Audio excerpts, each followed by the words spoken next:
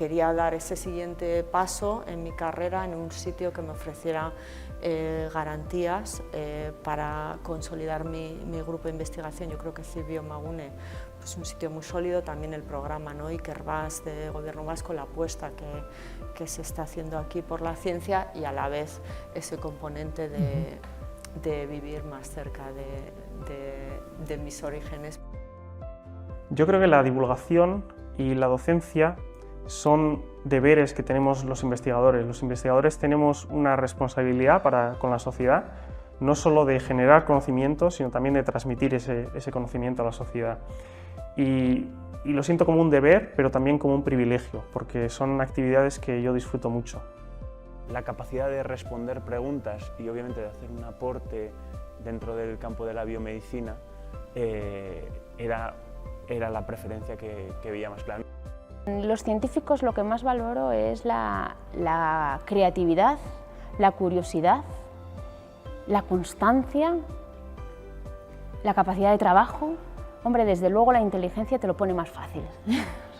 La inteligencia te lo pone más fácil y yo también he conocido a investigadores inteligentísimos, siempre se lo digo, yo es que tú lo tienes más fácil, tú no te cuesta tanto escribir un artículo, no te cuesta tanto enfrentarte a una sala llena de gente a dar una exposición en otro idioma que no es el tuyo.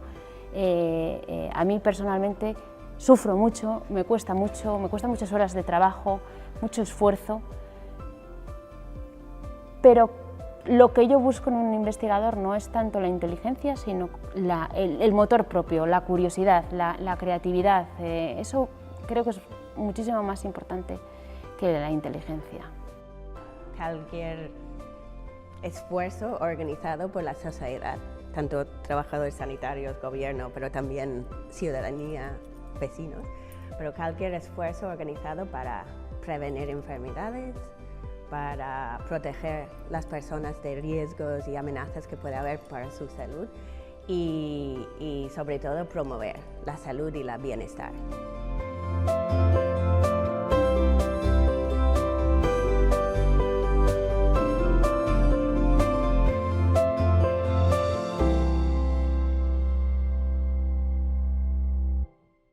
A ver, pues empezamos. Buenas tardes, espero que hayáis comido. En esta segunda parte el objetivo es, si antes la primera parte ha sido cómo hemos llegado hasta aquí, pues ahora queremos ver hacia dónde queremos ir y si en la primera sesión los invitados tenían una cierta edad, aquí tienen también una cierta edad, pero bueno, el que tiene más edad soy yo y no me he ofendido. O sea que... Entonces, os cuento por qué hemos hecho esta invitación. Hace unos años, yo creo que había COVID y la prensa invitaba o llamaba a científicos a que le explicasen sobre virus, epidemiología, tratamientos, y me he dado cuenta que siempre invitaban a los mismos, que yo les conocía a todos y que además eran o de mi edad, incluso hasta alguno mayor que yo. Y entonces pensé que uno, pero luego, y todos muy listos, pero el problema es que al virólogo básico le preguntaban de epidemiología, de terapia. Entonces pensamos, digo porque es en plural, con la Fundación de Ciencia de Salud, que había una generación de nuevos líderes científicos que a lo mejor es una obligación nuestra darles a conocer, apoyarles como nos han apoyado a nosotros. Así que en colaboración con la Fundación de Ciencias de la Salud, es una fundación que es de GSK, de Glaxo, de la que yo formo parte de su board hace tiempo. Iniciamos este proyecto, que era hacer entrevistas a jóvenes investigadores para que nos hablasen de su trayectoria. Estas entrevistas, aquí hay un pequeño vídeo, están todas grabadas, se pueden consultar online y además hemos publicado un libro que hay una pila, nos gustaría que se agotase la pila que hay ahí. Y entonces, con motivo de este aniversario, pues hemos invitado a 5 de ellos que trabajan en distintas áreas. Y aquí este pequeño vídeo ha estado funcionando en ciclo durante todo el rato, o sea, podéis haber visto ya un poco sobre ellos. Entonces, os presento quiénes son y realmente no hay ninguna pregunta por mi parte más allá que la que decía el programa, que son cuáles son los retos de la ciencia en cada una de sus áreas y que luego pues se puede discutir. Están colocados por orden de intervención. Entonces, hemos tratado de que sea, empezando por lo más fundamental, más básico, nanobiotología, biología sintética, oncología preclínica, metabolismo y envejecimiento y finalmente epidemiología. Entonces, vamos a ir en este sentido. Quizás os presento a todos y luego ya voy dando el turno, si os parece. La primera invitada es Aichiber López Kortajarena, es investigadora principal del Centro de Investigación Cooperativa de Biomateriales de CIC Biomagune. Está en San Sebastián, Guipúzcoa, y es research professor o profesor de Iker Basque. Completó su educación superior en la Universidad del País Vasco, se doctoró en bioquímica, trabajó en la Universidad de Yale durante unos 7 años, luego regresó a España al INDEA, el Instituto de Nanociencia, y entre 2010 y 2015 y desde el año 2016 trabaja en CIC Biomagune, donde es responsable de un grupo de investigación que es Biomolecular Nanotechnology, pero también es directora científica del centro. A Aichiber creo que te entrevisté en la Diputación Foral de Vizcaya, de Guipúzcoa, ¿no? Y yo creo que todavía andamos medio con COVID. Bien. El siguiente es Javier Santos Moreno, que se licenció en biotecnología por la Universidad de Salamanca, aunque yo creo que nació en el País Vasco, en Bilbao, pero acabó su licenciatura en Salamanca. Un año después finalizó un máster en análisis clínicos en la Pompeu Fabra, en Barcelona. En 2016 obtuvo el título de doctor por la Sorbona. Durante el periodo comprendido entre 2017 y 2020, Javier Santos fue investigador postdoctoral en el Departamento de Microbiología Fundamental en Lausanne, Suiza. En el año 2020 se incorporó al Departamento de Medicina y Ciencias de la Vida de la Universidad Pompeu Fabra a través del programa Marie Skłodowska-Curie y desde 2022 ha trabajado como investigador del programa Juan de la Cierva. Su trabajo está centrado en la biología sintética. También nos conocimos en tu centro de investigación, en el IRB, un día que llovía a rayos y que no había manera de salir de tu centro sin empaparse. Aquí estamos acostumbrados, no pasaba nada.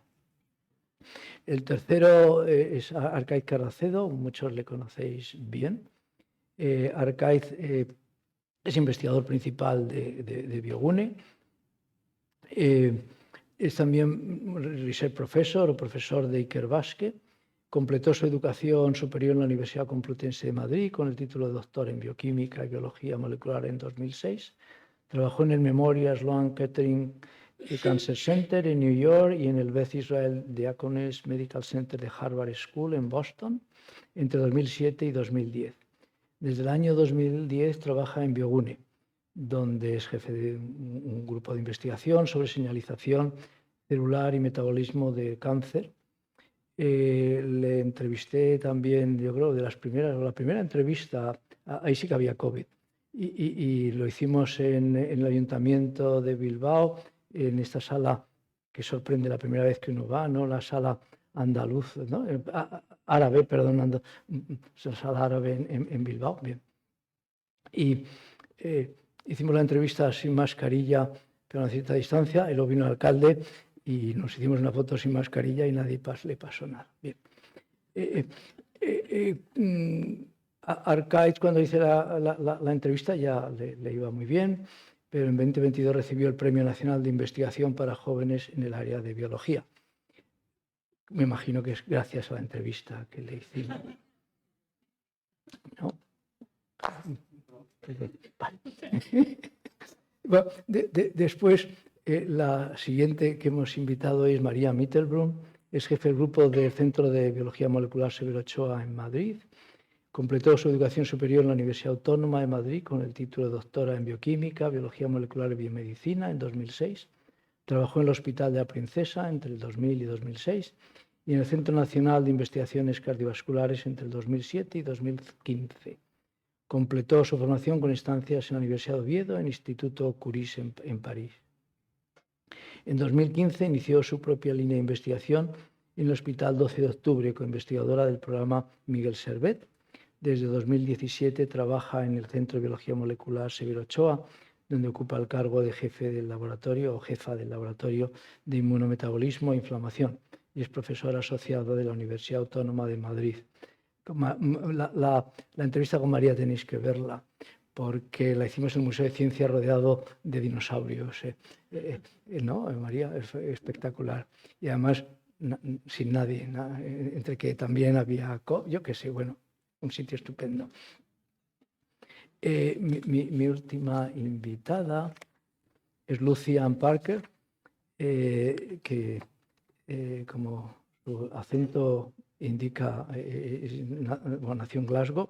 Es profesora del Departamento de Salud Pública de la Facultad de Medicina de la Universidad Miguel Hernández de Elche, directora del Máster de Cooperación al Desarrollo e investigadora en el Grupo de Epidemiología Clínica, Políticas de Salud y Salud Global de esta universidad. Lucy se licenció en Inmunología en la Universidad de Glasgow, en Escocia, y obtuvo el título de doctora en Salud Pública en la Universidad Miguel Hernández de Elche en 2011.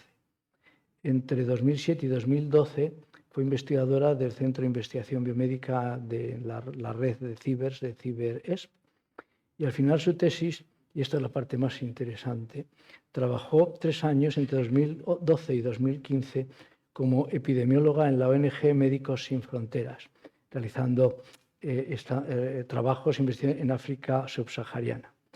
En 2015 regresó a la Universidad Miguel Hernández.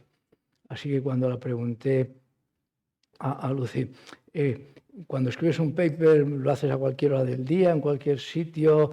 ¿Cómo te organizas? Dijo, no, me ponía unos cascos para no escuchar ni los generadores de electricidad, las bombas, no, la epidemia de ébola. En fin, entonces, más o menos es la verdad, ¿no? Bien.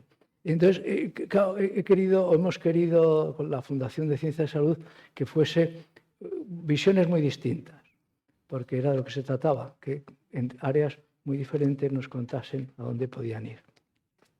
Es decir, que en algún momento está previsto, el consejero de Ciencia está previsto que venga al final, nos diga unas palabras, pero creo que va a venir antes para escuchar lo que dicen. Va a tomar notas para luego aplicarla al programa de ciencia. Entonces, bueno, cuando venga, pues se tiene que sentar, o sea que a lo mejor tenemos que parar. Así que sin más, queremos empezar con esto de retos de la ciencia desde la perspectiva de las nuevas generaciones. Y es Aichiber quien tiene la palabra. Aichiber, gracias. Y gracias por aceptar ser la primera. Muchas gracias. Bueno, quería agradecer a la Fundación de Ciencias de la Salud, ¿no?, por esta iniciativa y la iniciativa que tuvisteis, ¿no?, para las entrevistas, que yo creo que fue muy bonito y lo disfrutamos mucho. Y bueno, ahí quedan los vídeos y ahí queda escrito, ¿no?, lo que dijimos en su día. Y felicitar a CIC Biogune por este aniversario que estamos hoy aquí todos celebrando. Y bueno, pues esperemos que tener este foro un poco de discusión, ¿no?, porque bueno, vamos a dar nuestra perspectiva un poco personal desde nuestro ámbito de investigación, pero al menos yo espero que sea algo un poquito también interactivo y enriquecedor para todos. Mi ámbito de investigación, o mi ámbito en el que voy a aportar hoy, es en nanobiotecnología. Y yo sí que quería poner un poquito de contexto. Al final qué es la nanobiotecnología. Al final es una ciencia muy multidisciplinar y cómo yo llego aquí, que también es algo circunstancial. Yo estudié bioquímica, hice mi tesis en biofísica y me dedicaba a la ingeniería de proteínas, ¿no? La ingeniería biomolecular, ¿no? Y ahora sí tengo este grupo de investigación que es Biomolecular Nanotechnology, donde combinamos las dos cosas. Trabajé en este campo que ahora está muy de moda, ¿no? por el premio Nobel de este año de ingeniería de proteínas, que es a mí lo que me fascina. Y sí que me encontré un poco con la nanociencia por accidente y por una oportunidad que tuve, y de hecho me alegro que esté aquí Nazario Martín en el Instituto IMDEA Nanociencia de Madrid, donde fue una de las personas que me entrevistó cuando me dieron esta oportunidad de lanzar mi línea de investigación independiente, ese nuevo ámbito que era la nanociencia, y que yo prácticamente como una bioquímica, una bióloga estructural, me enfrenté a ello aprendiendo con las herramientas que tenemos desde esa parte más biomolecular, cómo abordamos retos y cómo aportamos a ese campo emergente de la nanociencia y la nanotecnología, ¿no? Y en ese contexto yo estaba viendo un poco el histórico, ¿no?, de en nanobiomedicina cuál fue el primer fármaco, y fue el Doxil.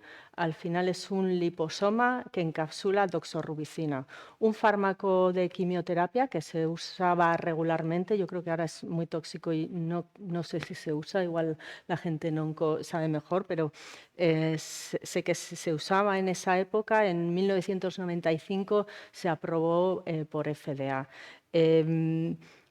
¿Qué aprendemos de ese fármaco? Al final era un liposoma, venía de toda la ciencia de fisicoquímica de polímeros, encapsular un fármaco para hacerlo más estable, cambiar los tiempos de circulación en sangre, esa estructura optimizada, ¿no? Y eso parece, bueno, que parece ahora muy sencillo, pero fue un gran avance. Me llamó la atención porque este se aprobó en 1995. Yo en 1995 estaba estudiando mi carrera de bioquímica. Fue el año que empecé a trabajar en un laboratorio aquí en la Universidad del País Vasco. Y lo primero que hice, el primer día que pisé un laboratorio, fue hacer unos liposomas. De hecho, de PC, de fosfatidilcolina, la misma composición que el Doxil, aunque este esté apegilado. Y en ese momento aquí no hablábamos de nanociencia, yo no entendía, ¿no?, ese concepto, ¿no? Y a veces también como esos ámbitos que ahora parecen tan modernos o avanzados vienen de haber hecho también mucha ciencia fundamental y mucha ciencia consolidada en diferentes ámbitos, ¿no?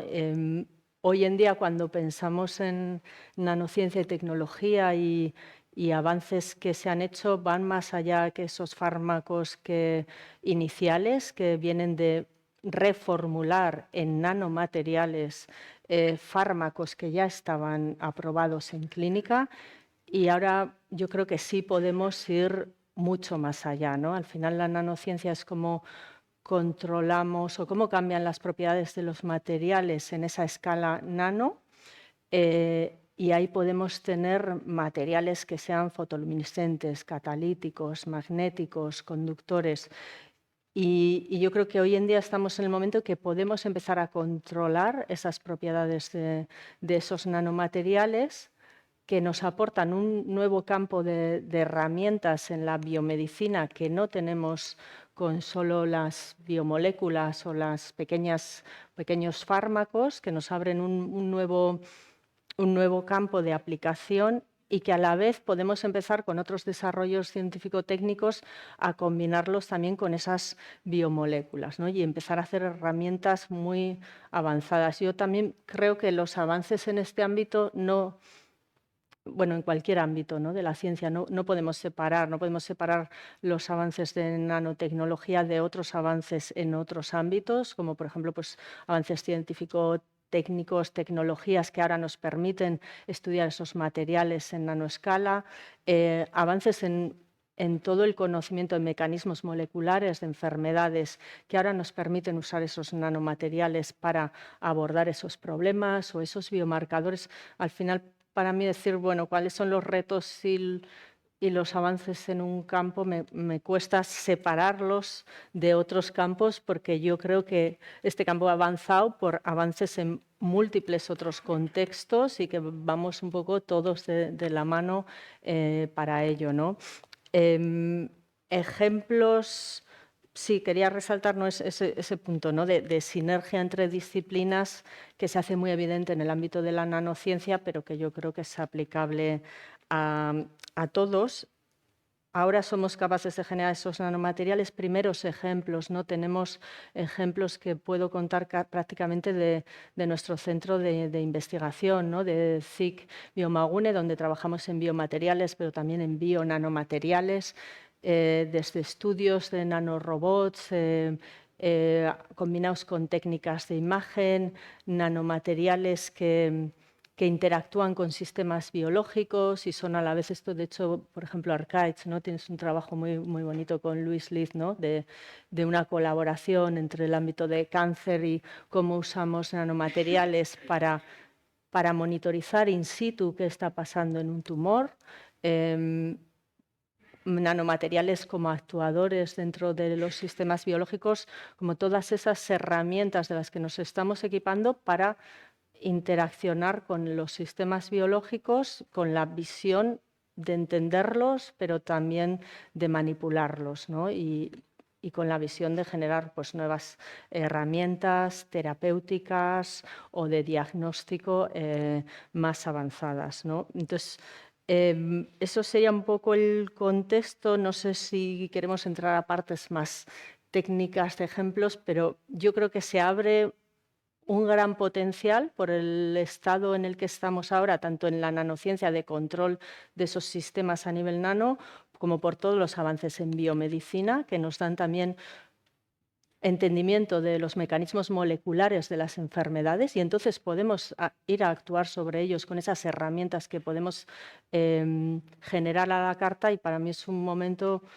pues, muy emocionante científicamente, porque creo que estamos equipándonos desde diferentes ámbitos con unas herramientas que nos permiten una interacción con los sistemas biológicos y una manipulación y un control que hace unos años era impensable. Y yo igual lo dejaría ahí y luego podemos ir más allá. ¿Hola? Sí. Habrá preguntas, espero. La siguiente intervención es de Javier Santos, que trabaja en biología sintética. Javier. Javier, no sé si he dicho si naciste en Bilbao, ¿verdad? Ya lo he dicho. Bien. Entonces se siente en casa. Y además no sé por qué no les fuimos capaces de atraerle a Biogune. Eso es un problema de Iker Basque, ¿no? Vamos. No, bueno, pero más si es... Bueno, un problema de Iker Basque en cualquier lugar. Lo primero de todo, muchas gracias por la invitación. La verdad que es un placer y un honor estar aquí y estoy aprendiendo muchísimo. Y sí, me siento como en casa, desde luego.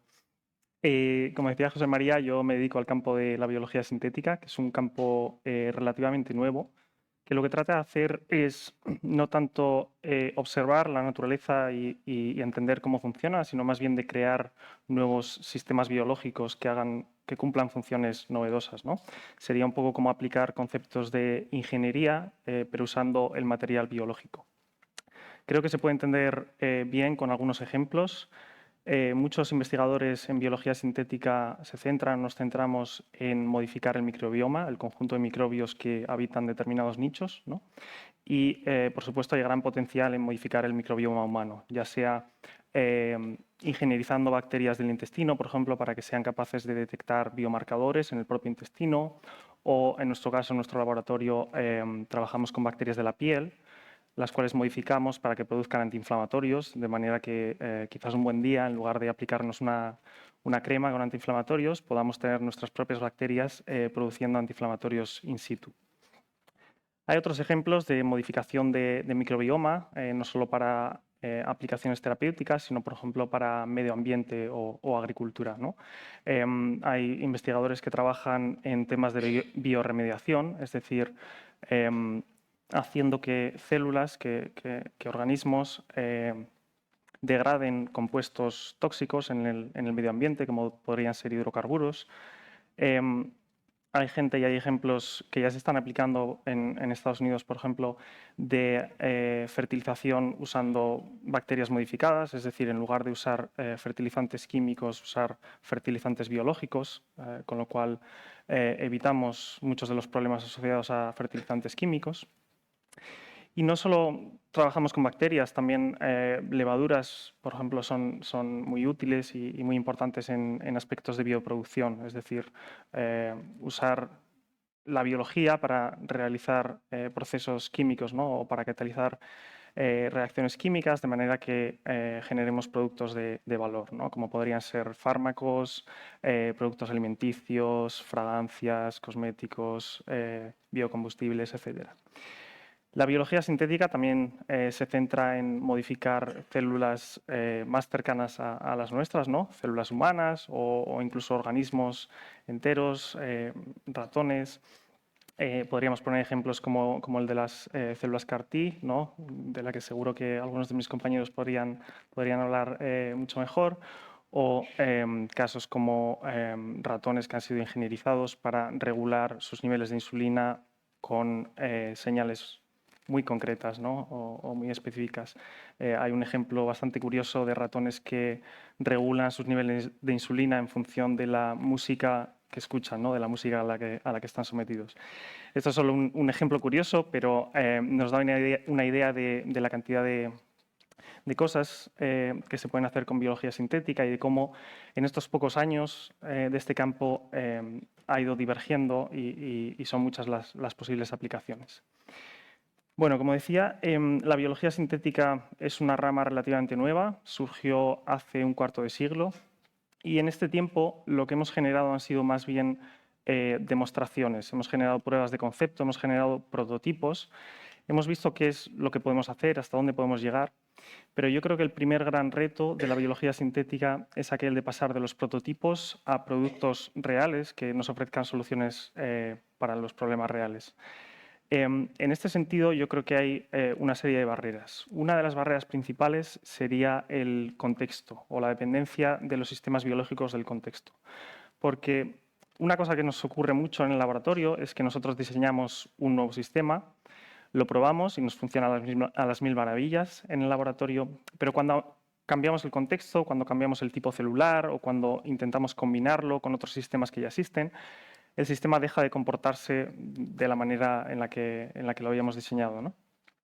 Imaginemos que hemos diseñado una nueva bombilla, la probamos en una lámpara de casa y funciona a las mil maravillas, pero cuando la combinamos con otras bombillas distintas, la probamos en otra lámpara distinta, esa bombilla deja de funcionar como la habíamos diseñado, ¿no? Ese es uno de los problemas principales de la biología sintética a día de hoy. Creo que estamos avanzando bastante. A medida que el campo madura, estamos aprendiendo cuáles son las reglas biológicas, ¿no? Las reglas del juego que nos ayudan a diseñar sistemas más robustos, pero por supuesto aún tenemos margen de mejora. Otro de los aspectos que nos suponen un reto es algo tan intrínseco a la biología como la evolución. La evolución es algo que está estrechamente ligado a los sistemas biológicos, pero que en nuestro caso muchas veces nos supone un problema, en el sentido de que cuando nosotros diseñamos un nuevo sistema para que funcione de una manera determinada, ese sistema a lo largo del tiempo puede cambiar y en general no va a cambiar para mejor según nuestros intereses, no va a cambiar para ayudarnos, sino que lo que ocurre es que en la mayoría de las ocasiones la función que hemos diseñado se vuelve un poco peor. Por seguir con las analogías, es como si tuviésemos un frigorífico en casa que tiene la capacidad de ir cambiando a lo largo del tiempo y quizás un buen día le aparecen unas ruedas, con lo cual es más fácil desplazarlo, pero quizás otro día pierde la puerta, ¿no? Con lo cual se vuelve menos útil. En este sentido, también creo que estamos avanzando bastante, estamos generando conocimiento que nos ayuda a generar sistemas más robustos, a pesar de que puedan evolucionar con el tiempo o muchas veces también tratando de usar la evolución en nuestro favor. Y creo que las nuevas tecnologías como la inteligencia artificial también suponen una oportunidad para seguir entendiendo cuáles son las reglas biológicas. Por último, la gran barrera para pasar de prototipos a productos, yo creo que sería el aspecto de la rentabilidad, por supuesto, y esto afecta no solo a la biología sintética, sino también a cualquier otro campo. Por muy novedosa o buena que sea una idea, si no es rentable, si no es mejor desde ese punto de vista que otras que ya existan, no va a tener mucho recorrido, ¿no? En este sentido, yo creo que también conviene recordar que cuanto más investigación se haga, cuanto más opciones, cuanto más se desarrolla la tecnología, en general más se abaratan los precios, disminuyen los precios y aumenta la rentabilidad, ¿no? Es algo que hemos visto con otras tecnologías como la secuenciación del DNA, que inicialmente era extremadamente costosa y que se ha ido reduciendo varios órdenes de magnitud. Entonces, el primer gran reto yo creo que sería ese de pasar de prototipos a productos, y el segundo gran reto yo creo que sería el de tener la posibilidad de usar esos productos y de emplearlos y tener la autorización para hacerlo. Y me explico. No es lo mismo para la sociedad y a nivel legislativo el pensar en usar un fermentador con bacterias o con levaduras para producir un fármaco y hacer esto en un espacio controlado, en un laboratorio o en una industria, que el pensar en aplicar bacterias modificadas en nuestra piel o en liberarlas al medio ambiente, ¿no? Y en este sentido yo creo que hay una parte de la población que desconfía y sigue desconfiando de todo lo que suene a modificación genética. Y por otro lado, la legislación es restrictiva y en muchos casos aborda el tema desde un punto de vista bastante generalista, ¿no? En lugar de considerar los distintos casos y los distintos escenarios. Entonces, creo que deberíamos, los biólogos sintéticos, hacer un esfuerzo por hacer pedagogía y comunicación, tratar de trasladar nuestro conocimiento a otros ámbitos de la sociedad. Y por otro lado, por supuesto, creo que debemos seguir mejorando la seguridad de los diseños biológicos que creamos. Por un lado, debemos ser conscientes de que, por supuesto, pueden implicar un riesgo y tenemos que ser nosotros los que mejor sepamos identificar esos riesgos y dar una señal de alerta. Y hubo hace unos pocos meses un ejemplo muy claro de un campo concreto, que es el de la llamada vida espejo, que si queréis luego podemos comentar, en el cual fueron los propios investigadores de ese campo los que dijeron, vale, hemos identificado que quizás aquí podría haber un problema, aún no estamos allí, probablemente nos queden muchos años para llegar, pero está bien dar esa señal de alerta y decir, vale, es mejor que nos centremos o que vayamos en esta dirección porque en esta otra nos puede acarrear problemas. Con lo cual, por un lado, yo creo que necesitamos esta reflexión y ser parte activa de la identificación de los riesgos, y por otro, tenemos que seguir trabajando en lo que llamamos sistemas de biocontención, que son sistemas que nos permiten controlar las células o los diseños biológicos que creamos y limitarlos a un espacio o a un tiempo concreto. Es decir, podemos desarrollar sistemas para que las células solo puedan sobrevivir en unas condiciones determinadas y fuera de esas condiciones estén abocadas al fracaso, ¿no? O para que las células, al cabo de un tiempo concreto o en presencia de una señal concreta, se autodestruyan, de manera que aumentamos la seguridad, ¿no? Nos aseguramos de que esas células solo van a poder operar mientras estén en nuestro organismo, por ejemplo, y cuando dejan el organismo están abocadas a autodestruirse. Entonces, yo creo que esos serían los dos grandes retos de la biología sintética en los próximos años: pasar de prototipos a productos y ser capaces de usar esos productos en la práctica, ¿no? Creo que la verdadera revolución de la biología sintética aún está por llegar, y yo creo que llegará cuando dejemos el laboratorio y comencemos a usarla en distintos ámbitos de nuestras vidas. Muchas gracias, Javier. El siguiente invitado es Arcaiz Terracedo, de Biogune, él también se siente como en casa, y hablará de oncología preclínica.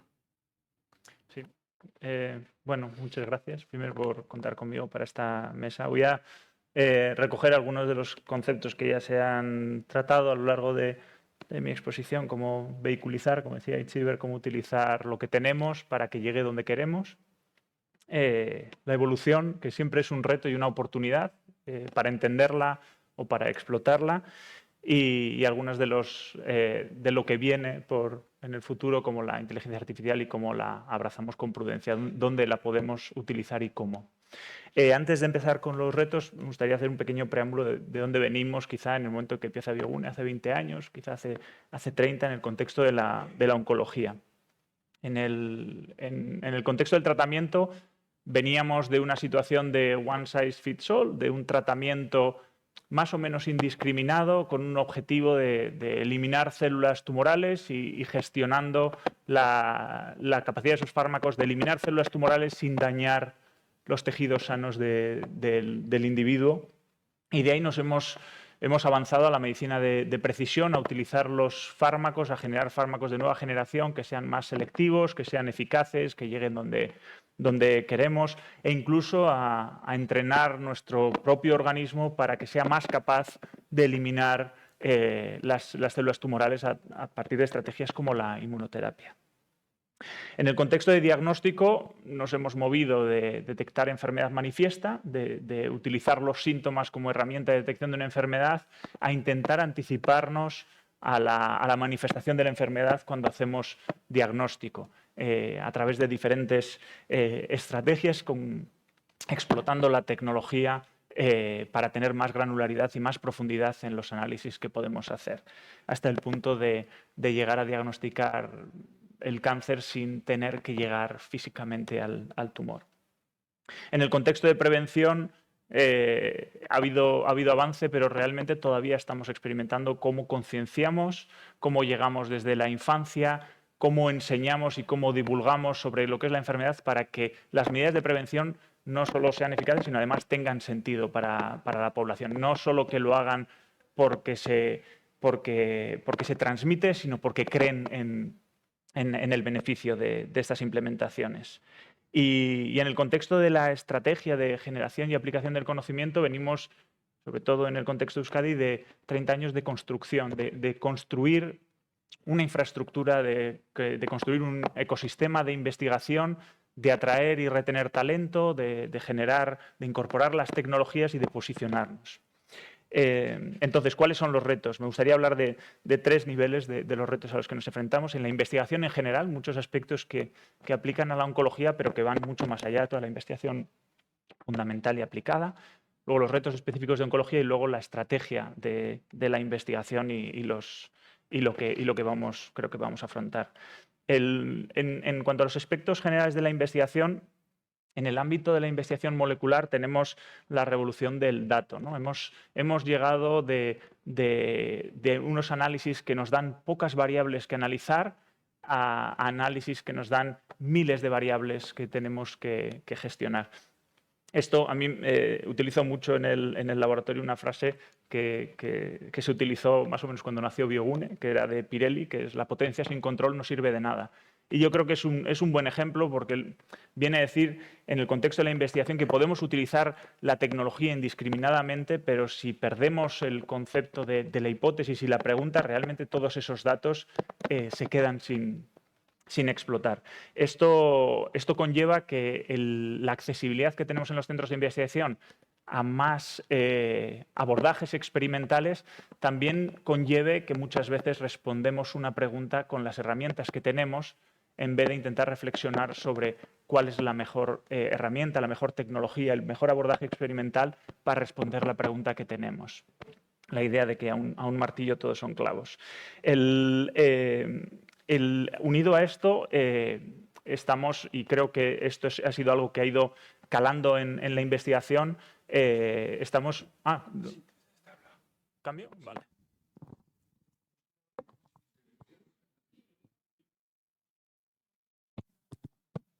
Vale, que con el micro igual me da por cantar, pero... Entonces, el otro punto importante es que esta accesibilidad a la tecnología, esta capacidad de generar datos tan fácil que tenemos ahora, a veces hace que midamos la productividad como la capacidad de generar resultados y no necesariamente como la capacidad de generar hipótesis. Y realmente estamos en un momento en el que tenemos que cambiar, yo creo, la corriente y dedicar más tiempo a pensar qué hacer para diseñar bien los experimentos. El mayor riesgo de un experimento es que esté diseñado para responderte una pregunta que no es la que tú estás realizando. Esto requiere un cambio también de mentalidad en el trabajo en el laboratorio, donde hay que inculcar el espacio para pensar, para leer. Hace 50, hace 100 años la investigación era 90% filosofía y 10% experimentación, y quizá no vamos a llegar ahí, pero sí tenemos que recorrer ese camino para volver a hacer las preguntas relevantes y explotar ya los datos que tenemos disponibles. Hay muchas preguntas que podemos responder con datos que ya están disponibles, generados por consorcios, por otros grupos, y tenemos que aprovechar esta oportunidad.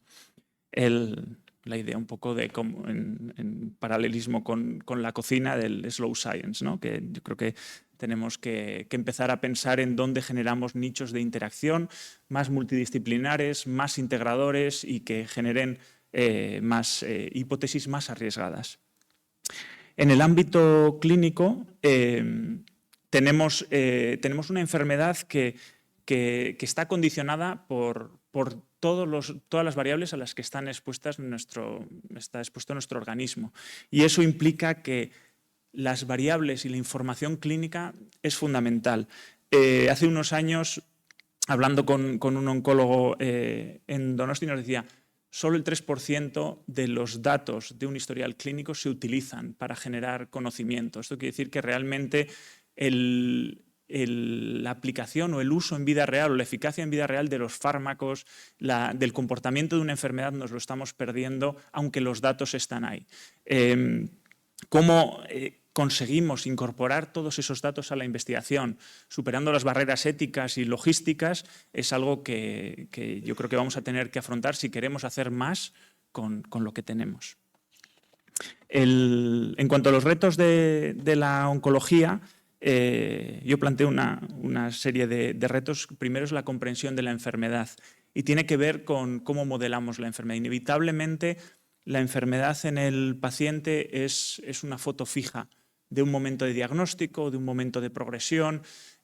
Rara vez tenemos un continuo o podemos ver la manifestación inicial de la enfermedad antes de los síntomas. Para esto tenemos modelos experimentales y han sido fundamentales los modelos preclínicos. Pero los modelos preclínicos, especialmente cuando hablamos de modelos que replican al máximo la enfermedad en humanos, que tienen un sistema inmune intacto, en los que podemos hacer modificación genética para que la enfermedad aparezca de forma espontánea, siempre estamos condicionados por un efecto que inducimos en millones de células a la vez. Cuando nosotros recombinamos millones de células en un tejido para que se transformen y se hagan tumorales, estamos generando un fenómeno artificial, y es que esas células transformadas no están compitiendo con las células normales del tejido, no están coexistiendo, no están enfrentándose a muchos de los procesos que dan lugar a una selección natural del propio tumor, a una heterogeneidad, que es uno de los fundamentos por los que muchos tratamientos fracasan, es la falta de homogeneidad. Entonces necesitamos que los modelos sean más fieles a esa situación y que podamos inducir más heterogeneidad. Y unido a esto, la mayoría de modelos de que disponemos desarrollan la enfermedad en edades tempranas, que es algo que tampoco refleja la realidad en humanos. Ni el sistema inmune ni el organismo está en el mismo punto en el que está en una persona. ¿Cómo modelamos la enfermedad teniendo en cuenta estas variables? Es algo fundamental para intentar entender cómo van a funcionar los tratamientos, cuáles van a ser sus efectos secundarios, cuál va a ser la eficacia, cómo de activo está el sistema inmune, etc. Estos son pequeños plugins que tenemos que poner en nuestros modelos para que se acerquen un poco más a cómo representan la enfermedad. No me quiero pasar de tiempo. Asociado a esto, tenemos que modelar la comorbilidad. Nuestra sociedad y las enfermedades que padecemos están cambiando en tanto en cuanto cambia el modelo de sociedad. La obesidad, el síndrome metabólico, enfermedades neurodegenerativas, todo esto cambia cómo el organismo funciona.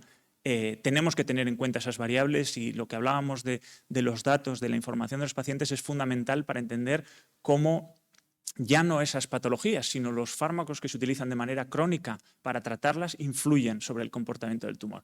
Anticolesterolémicos, antihipertensivos, en poblaciones envejecidas donde tenemos un cóctel que no sabemos muy bien cómo influye ni al tumor ni a los fármacos que utilizamos. Y por último, tenemos evidencia ya de que las mutaciones son necesarias pero no son suficientes para que un tumor se manifieste. Tenemos estudios en los que se ha mostrado que el epitelio del esófago tiene mutaciones oncogénicas, incluso tienen una expansión clonal de células que son mutantes y que no son cancerosas todavía. Y esto sugiere que realmente el salto y la razón por la aparición de la enfermedad en edades avanzadas tiene que ver con el fitness de nuestro organismo, con cómo nuestro organismo es capaz de frenar la manifestación de la enfermedad. Esto es importante para hacer prevención, pero también para entender cómo sucede el proceso de transformación. Y en el aspecto de tratamiento me gustaría simplemente indicar que tenemos el reto, tenemos un abanico de fármacos disponibles y tenemos que intentar entender cómo combinan esos fármacos. Y esto es una partida totalmente diferente de pensar cómo funciona un fármaco, a cuál es el mejor partner y en qué paciente. Añadido a esto, ¿cuáles son los marcadores de estratificación? Tenemos tecnología que nos permite estudiar miles de variables dentro de un tumor y dentro de una persona y necesitamos entender qué marcadores nos van a dar eficacia terapéutica. Y un ejemplo es la inmunoterapia, que ha revolucionado el tratamiento del cáncer, pero en realidad funciona en un 30% de los pacientes y no sabemos bien en quién funciona. Una vez que tenemos un fármaco útil, hay que intentar afinar y saber para quién es beneficioso. Por último, me gustaría ahondar en los tratamientos anticipatorios. La mayoría de los tratamientos que utilizamos se utilizan en base a las características que tiene el tumor en el momento que se diagnostica. Pero sabemos que la manera de que una enfermedad como el cáncer vuelva y recidive es por la adaptación, por el escape que hacen esas células tumorales al tratamiento que nosotros o que desde la medicina se impone. Sabemos que hay mecanismos específicos que las células tumorales utilizan para bypassear o para evitar ese tratamiento y el reto está en que la combinación de fármacos no se destine solo a atacar lo que el fármaco es hoy, sino también a evitar ese escape evolutivo de las vías que puede utilizar para llegar a retornar. Y otro punto sería la prevención. Es muy difícil establecer fuentes de información de calidad. Hoy en día quizá uno de los retos que tienen las generaciones que vienen es identificar qué es cierto y qué es sólido y qué es evidencia científica. Y esto es algo a lo que nosotros también, desde la divulgación y desde generar puntos de referencia de calidad, tenemos que abordar. Tenemos que integrar la epidemiología con toda la evidencia que tenemos preclínica para generar evidencia y que eso nos ayude a hacer mejor prevención. Y el último punto sería el diagnóstico. La incorporación de programas de cribado realmente todavía está fundamentada y hay muestras de éxito con mamografía, con el test de sangre oculta en heces, pero la biopsia líquida, las tecnologías que vienen nos van a permitir implementar a nivel poblacional análisis que no sean costosos y que sean extensibles. Pero tenemos que entender qué variables tenemos que mirar. Tenemos que saber no solo cuál es la técnica, sino cuál es el panel que nos da suficiente cobertura para un rango de patologías que sea lo más amplio posible. Y bueno, no voy a entrar mucho en la inteligencia artificial, como decía, creo que hay que abrazarla y saber dónde está la aplicación. Y por último, en cuanto a la estrategia, creo que hay que basificar la investigación clínica y clinificar la investigación básica. Creo que hay que tender puentes para poder unir el trabajo que hacemos de una manera fluida, que no sea simplemente un acto de servicio, de intercambio de muestras o de datos, sino que generemos hipótesis juntos.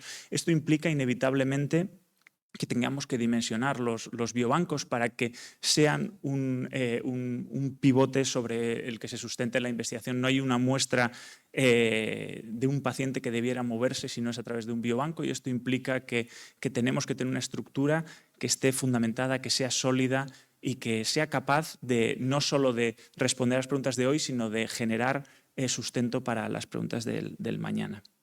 Tenemos que interaccionar con la industria en fases tempranas. Hay otros países que lo hacen muy bien, que están en el co-desarrollo desde la base. Tenemos que ver cómo nosotros, que no tenemos la I+D aquí necesariamente, o que es mucho más limitada, cómo podemos estar interaccionando con la industria desde la base, desde la investigación fundamental. Y necesitamos tener un ojo en el liderazgo, en cómo atraemos y retenemos personal investigador. Tenemos programas que lo permiten, pero nuestra investigación y nuestros perfiles de investigadores están siempre destinados a ser los líderes en un grupo, en una institución, y necesitamos cubrir todos los campos de especialización dentro de los grupos de investigación para que sean estructuras sólidas. Y de la misma manera formar al personal investigador, el perfil MD-PhD. Tenemos que resolver cómo lo implementamos en este país, algo que no hemos conseguido hacer de manera dinámica, y cómo protegemos ese talento con una buena carrera investigadora. Muchas gracias. Gracias, Erkaich. Bien, a continuación es María Mittelbrunn, metabolismo y envejecimiento. María. Muchas gracias. Bueno, lo primero quería empezar por daros las gracias de permitirme participar en esta conversación. Creo que es importante discutir el presente y el futuro de la ciencia en España, dónde queremos llegar y cómo podemos llegar. Mi campo de investigación es la inmunología. La inmunología ha revolucionado la biomedicina desde hace siglos. Ya revolucionó la salud pública con las vacunas hace 200 años. Más recientemente, hace 50, estamos también de aniversario, no solo en el Biogune, pero hace 50 años que se describió la tecnología por la que se pueden generar anticuerpos monoclonales. Y los anticuerpos monoclonales no solo son la herramienta básica en cualquier laboratorio de investigación. Son como en un laboratorio de biomedicina, un anticuerpo monoclonal es como un pincel para un pintor. Es lo que nos permite visualizar las proteínas, y con eso llevamos trabajando gracias al descubrimiento de cómo generarlos de forma completamente específica contra la proteína que queremos. Llevamos trabajando con ello 50 años. Pero no solo son herramientas que nos han servido en el día a día en el laboratorio, sino que son herramientas diagnósticas y herramientas terapéuticas.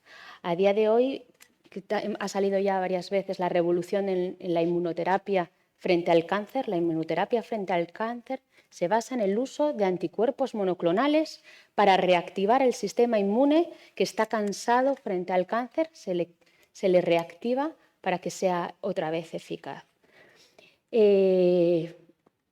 La inmunología, por esto quería un poco ponerla en valor. Podría estar hablando de inmunología todo el día. Voy a intentar ir un poco más allá. Nosotros, en concreto, en el laboratorio, estamos muy interesados en entender cómo el envejecimiento afecta a nuestro sistema inmune.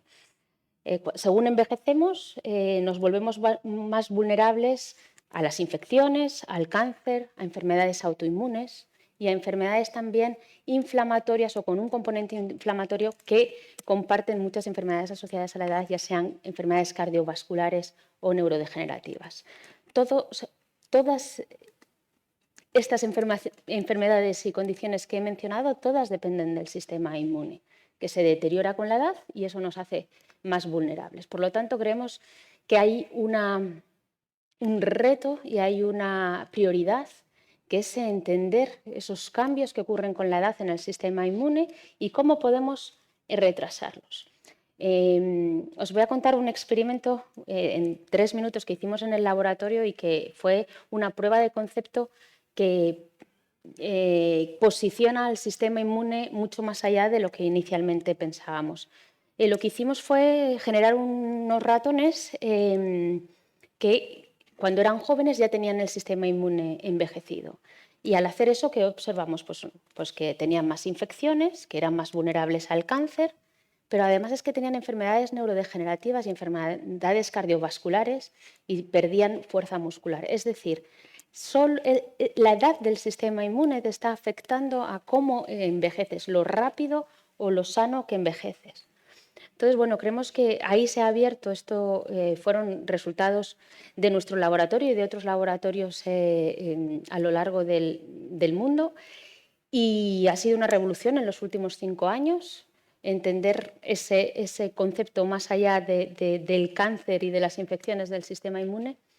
Y ahora el reto sería buscarle la aplicación, cómo podemos retrasar ese deterioro de la función del sistema inmune de tal manera que eso nos permita retrasar muchas enfermedades asociadas a la edad de una sola vez. Ese sería para mí el gran reto a nivel conceptual de nuestro campo de investigación, pero quería también aprovechar un poco esta oportunidad para hablar de los retos de los científicos, ya sea cualquier disciplina, que están empezando sus propios laboratorios en España y a qué retos se enfrentan, ¿no? Bueno, el primer reto siempre es la financiación, eso ya todos lo sabemos. Necesitamos fomentar la financiación tanto público como privada. Hablábamos también esta mañana de donaciones, mecenazgo, toda la infraestructura que se pueda favorecer para apoyar a los grupos de investigación, la tenemos que cuidar. Estoy ahora en este momento seriamente preocupada porque veo que hay un cambio geopolítico que tiende a más inversión en defensa, y siempre que esto ocurre, el miedo que se te plantea de dónde van a salir esos recursos. Hay que seguir apostando por la ciencia. Los países que inviertan en ciencia serán los líderes del futuro. Entonces, este es uno de los retos que creo que nos afectan a todas las disciplinas, seguir defendiendo la inversión tanto público-privada en ciencia. Segundo reto que creo que nos enfrentamos todos los que trabajamos en un laboratorio es la burocracia. Dedicamos el 90% de nuestro tiempo más a gestionar los proyectos que a pensar, que a diseñar, que a analizar. Y es algo que yo, cada vez que tengo la oportunidad y me dais un micrófono, trato de ponerlo, porque es algo que, pese al entusiasmo que tenemos, la curiosidad y las ganas de aportar, esto te bloquea el día a día y acaba con el entusiasmo. Hay una tendencia en Europa a hacer proyectos mucho más dinámicos. Están haciendo una prueba con los ERCs Advanced, en los que son gente ya consolidada que recibe 2,5 millones de euros y se le asume que es una persona que va a invertir bien ese dinero, y se le agiliza mucho la gestión. Yo invito a todos los responsables de ciencia que, por favor, que ayuden a quitarnos esta carga burocrática, porque creo que no apoya a nadie. El tercer punto importante sería siempre que ha salido también en la conversación previamente, la traslación. Cuesta mucho trasladar los conocimientos que generamos en el laboratorio, cuesta mucho realmente trasladarlos a algo práctico, a un negocio que sea competente, y no solo por negocio, sino porque si no hay un negocio detrás, por mucho que hayas descubierto la cura contra el cáncer, desgraciadamente si no hay un interés comercial detrás, no va a haber la inversión suficiente para que ese medicamento llegue al mercado. Entonces, creo que en España todavía pecamos de una debilidad en cuanto a la transferencia. Hay ejemplos muy potentes de institutos que los están haciendo muy bien, pero a nivel nacional creo que todavía es un reto que tenemos que seguir afrontando y luchando. Y el cuarto reto a nivel del día a día es la divulgación. La divulgación, es verdad que estamos comprometidos con dar a conocer nuestro trabajo, tenemos que aportar a la sociedad. Hay mucho escepticismo últimamente en la sociedad, tenemos que seguir haciendo un ejercicio de dar a conocer la relevancia de nuestro trabajo. Aquí quería hacer también un comentario de algo que me tiene un poco preocupada, que es cómo divulgamos nuestro trabajo a nivel a la comunidad científica. Y esto son con los artículos científicos, que es nuestro mayor orgullo. Siempre estamos intentando publicar nuestros resultados en las mejores revistas científicas, pero llevamos unos años en los que a mí me parece que la idea es buenísima, se ha potenciado el open access, o sea, tienes que publicar en artículos que estén abiertos para que todo el mundo pueda acceder a ese conocimiento. La idea es fabulosa, pero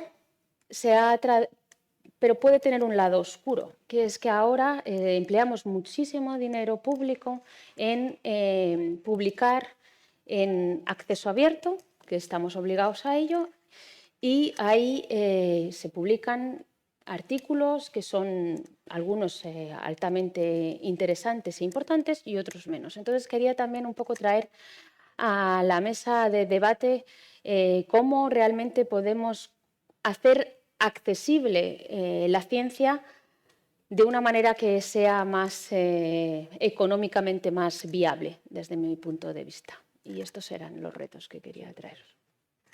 Muchas gracias, María. En esta primera ronda, la última en participar es Lucy Ann Parker. Lucy. Gracias y buenas tardes a todos y todas. Es un honor estar aquí en esta mesa con mis compañeros y compañeras. Y me gustaría agradecer la organización del evento para crear este espacio de reflexión y de poder imaginar conjuntamente este futuro que queremos construir. Ahora quizás tengo el papel más difícil, que es hablar último, cuando ya han comentado mucho de nuestros retos, que es cierto que lo compartimos. Mi campo es la salud pública, que podemos considerar como un nexo entre la biomedicina y también la ciencia social. Entonces, pensamos en los factores biológicos que influyen en la salud, pero también en los determinantes sociales, en los factores económicos y en los factores ambientales y cómo influyen en la salud. Así, me gustaría que damos un paso hacia atrás. Entonces, en lugar de pensar en las células o en el organismo a nivel individual, vamos a considerar nuestro organismo como la sociedad misma. Entonces, en salud pública intentamos tener esta visión. A lo largo de este panel hemos escuchado los avances brillantes y impresionantes en diferentes áreas de conocimiento. Y estos logros claramente son esenciales y son necesarios tienen el potencial de cambiar lo que consideramos, lo que tenemos en la medicina. Y sin quitar importancia de esto, quiero recalcar el lugar de epidemiología y salud pública dentro de este panorama que mi compañero ya ha mencionado un poquito, la epidemiología. Entonces, para que los avances se traduzcan en mejoras tangibles en la salud poblacional, necesitamos un enfoque colaborativo, un enfoque multidisciplinario que considera las características sociales de las poblaciones donde pretendemos aplicar o el contexto, como ha dicho Javier, cuando cambiamos contextos, influye en la efectividad de lo que hemos investigado. Tenemos la ciencia de implementación, donde podemos ver esta brecha entre conocimiento y lo que aplicamos a la clínica, y en parte podemos estudiar este proceso, los ensayos clínicos, y también con una visión crítica de la salud pública y la epidemiología, tenemos que pensar en los estudios post-comercialización también, que simplemente por tener un dispositivo nuevo que funciona, no significa que va a beneficiar la salud. no significa necesariamente que logra este fin último que tenemos, que es mejorar la salud de la población. Pero vamos a ir más allá de la medicina individual y en la salud pública nos planteamos preguntas fundamentales sobre cómo estamos de esta sociedad y cómo se estructura. Y sin atender estos determinantes raíces, la efectividad y la eficiencia de nuestras intervenciones biomédicas también se verá limitado. Podemos pensar en tratamientos nuevos o nuevas innovaciones que afectan mayormente poblaciones marginadas, o incluso podemos pensar en tratamientos sencillos para enfermedades muy comunes. ¿De qué sirven este conocimiento que generamos si no llega a la población que más necesita? Si no logramos a esta traslación, pero además que logramos con un principio de equidad, que las personas que más lo necesitan son los que reciben. Así, uno de los retos principales de la salud pública y de todo, creo, es abordar este problema de equidad, de justicia social. Pero también, ¿de qué sirven nuestros increíbles avances tecnológicos si no tenemos un planeta habitable? Hay evidencias muy claras de los últimos incendios o la dana que nos afectó en Valencia. Contabilizamos las ganancias en esperanza de vida o los nuevos tratamientos que estamos haciendo, que las economías son cada vez mejores, pero ignoramos que los indicadores ecológicos tienen un mensaje muy claro, tienen un mensaje que tenemos que dejar de ignorar, que es el modelo actual que tenemos, no es sostenible. ¿Para qué sirve imaginar una medicina del futuro si no hay un futuro donde aplicarla? Que voy a poner las preguntas difíciles aquí al final para no estar repitiendo las mismas. Y quizás relacionado con este mismo, creo que tenemos que reconocer la misinformación, el negacionismo, para qué sirven las vacunas nuevas cuando la misinformación hace que grandes grupos de la población no lo toman. Hay cosas y corrientes que nos afectan como sociedad que tiene que ser considerado en la ciencia y que tenemos que trabajar colaborativamente para abordarlos y para superarlos. Así como podemos proteger la salud de la población cuando la confianza en las instituciones y en la ciencia está perdiendo. Y creo que se ha comentado un poco la comunicación y la labor divulgativa que tenemos que aceptar y que tenemos que hacer. Cada vez más se reconoce la importancia de los determinantes comerciales de la salud, que es algo que hablamos bastante en salud pública, como los grandes intereses comerciales de corporaciones multinacionales nos siguen influenciando. El caso más obvio quizás es las grandes corporaciones alimenticias y cómo siguen vendiendo sus productos con marketing y estrategias agresivas, especialmente a poblaciones vulnerables. Pero generamos más evidencias, sabemos que la comida ultraprocesada es mala, sabemos que hay químicos disruptores endocrinos, pero siguen omnipresentes en nuestra sociedad y cada vez más. Y por último, para no centrar solo en cosas negativas y pasar a algo positivo, tenemos la medicalización, que es una cuestión que estamos abordando un poquito en el nuevo IRC Consolidator en mi grupo, que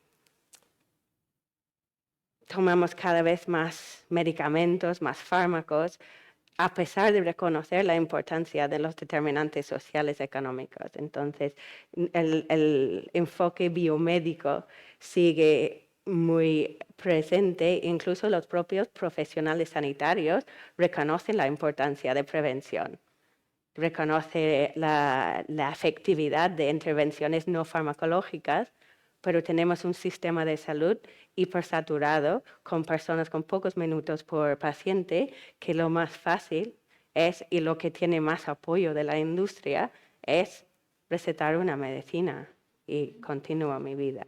Entonces creo que es algo que tenemos que reflexionar, pero he remarcado algunas cosas que hasta dónde queríamos llegar, porque creo que estamos aquí para esto, para pensar un poco del futuro. Y el primero que me gustaría remarcar es la equidad. Creo que es una cuestión igual que la sostenibilidad. Hay ciertas cosas que tienen que ser transversal en nuestra investigación, que tienen que estar considerado si estamos hablando de una interacción ambiente-gen para crear una enfermedad o si estamos analizando políticas. Pero hay que pensar en el impacto en la equidad, cómo diseñamos con la equidad en mente, y puede ser equidad de género, pero también nivel socioeconómico, etnia o diversidad funcional. La equidad que se queda ahí como algo que no olvidamos, y el ambiente también. La colaboración y la multidisciplinaridad creo que ha quedado bastante hablado con todos los compañeros. Así no me centro demasiado en ello, pero en mi equipo actual en la Universidad Miguel Hernández tenemos personas con el grado en medicina, en enfermería, en estadística, en biología, pero también tenemos un nuevo Juan de la Cierva en sociología, en ciencias políticas, y una persona dedicada a comunicación, a comunicar la ciencia y de ayudarnos a adaptar nuestros mensajes y hacer nuestras alianzas con los poderes públicos en la zona de intervención y con la comunidad, que este va al siguiente punto, que es la participación ciudadana, y hay un corriente muy fuerte en Europa financiando la ciencia ciudadana y la necesidad de co-crear intervenciones. El Consolidator que mencioné es co-creación de iniciativas comunitarias para abordar 3 problemas de salud, que no por tiempo entro en detalle ahora mismo, pero podemos comentarlas. La co-creación sería este proceso colaborativo donde nos sentemos en la mesa, los investigadores, las universidades, el gobierno, las personas afectadas, las asociaciones comunitarias profesionales de salud, y conjuntamente tiene una parte de nuestra evidencia que hemos generado en la ciencia, pero conjuntamente se analiza y se diseña una política, un programa, una intervención que beneficia a la población o que aborda el problema de salud. Y con este enfoque participativa que escucha y pone el protagonismo en las personas y en las comunidades afectadas, diseñamos intervenciones que son más efectivos porque consideran la realidad de su contexto, que suelen ser más sostenibles porque consideran las personas, y de alguna manera quizás abordamos esta falta de confianza que hay. Entonces, con este diálogo y colaboración podemos estar generando un cambio social, un cambio hacia una salud más efectiva. La comunicación, hemos hablado, la divulgación de la ciencia y también la incidencia política. Entonces, como científicos, no solo hay que compartir nuestros hallazgos en los papers científicos, que comparto totalmente lo que ha comentado Mar, y creo que hay una necesidad de una reflexión profunda sobre la situación del Open Access hoy en día y con el exceso de publicación científica que no sirve para tomar decisiones. Pero también hay que comunicar con la población. Hemos tenido un proyecto sobre el uso prolongado de ansiolíticos, por ejemplo, de benzodiazepinas, y hemos trabajado con una actriz local para hacer teatro social con el centro de mayores para hablar no solo de que este es un problema, no hay que hacer, pero para crear alfabetización crítica que se entiende sobre los determinantes sociales de la salud, que el papel de género es un papel muy fuerte en el sobreuso. Si vemos el perfil de una señora mayor con un papel de cuidador que duerme mal, o quizás se murió mi marido y desde entonces tomo ansiolíticos cada día para dormir y no se me quitan. Bueno, el quinto punto que quería terminar con ello era la ciencia abierta. Entonces, esta mañana salió los bases de datos disponibles con los datos clínicos, que no los explotamos lo suficiente. Ahora en Horizonte Europa la ciencia abierta no es una opción, es una obligación total. Todas las bases de datos que creamos tienen que estar ahí en un repositorio, accesibles, encontrables, y que facilitamos el uso por otros investigadores.